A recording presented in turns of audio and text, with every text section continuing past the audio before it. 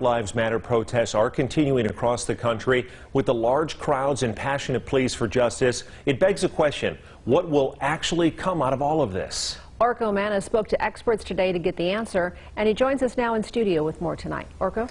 Well, Denise and Brian, since the killing of George Floyd, we've seen a massive amount of energy behind the Black Lives Matter movement, more energy than maybe ever before. We asked a local pastor and a UNLV professor if this means there will be lasting change. I'm 49 years old. I've never seen justice served.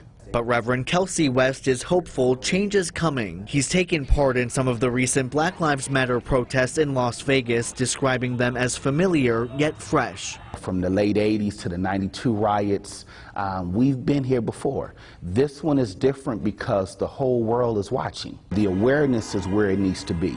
Now we need to work to, we need phase 2. This is a moment in which I've, for the first time in a while, felt optimistic. Tyler Perry is an assistant professor of African American and African diaspora studies at UNLV. He says progress seems more possible now because the great person narrative of the civil rights era no longer exists. This movement will be very hard to fracture, in my opinion, simply because there is no singular figure.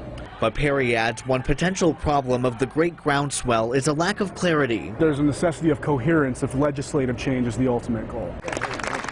President Trump recently signed an executive order calling for police reform. Although activists wanted more of an overhaul of the system, it is a first step. There's now a precedent established that it's not impossible to change the legislation. My hope is to see laws written. And Reverend West is holding on to that hope. I have to believe in my lifetime I'm going to see this change.